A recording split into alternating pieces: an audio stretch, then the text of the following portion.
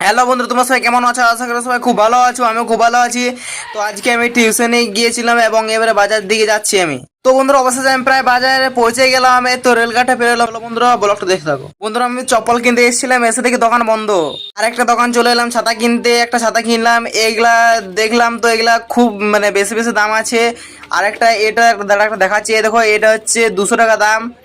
কাকুকে বললাম কম দামে দেখাও, তো এই দেখো এই ছাতাটা দেখালো, এটার দাম হচ্ছে 150 টাকা। তো খুলে মেলে দেখে নিলাম ঠিক আছে কিনা। তো এই দেখো বন্ধুরা, তারপর চলে এলাম আমার কেটিএম টাকে সারাতে। এই দেখো বন্ধুরা, কেটিএম টা দোকান চলে এসেছি, কেটিএম এর দোকানকে। বন্ধুরা, তোমরা দেখতে পেয়েছো আমার কেটিএম টাকে উল্টো দিকে করে দিয়েছে। আমার খুব কষ্ট হচ্ছে এসব দেখে পরে।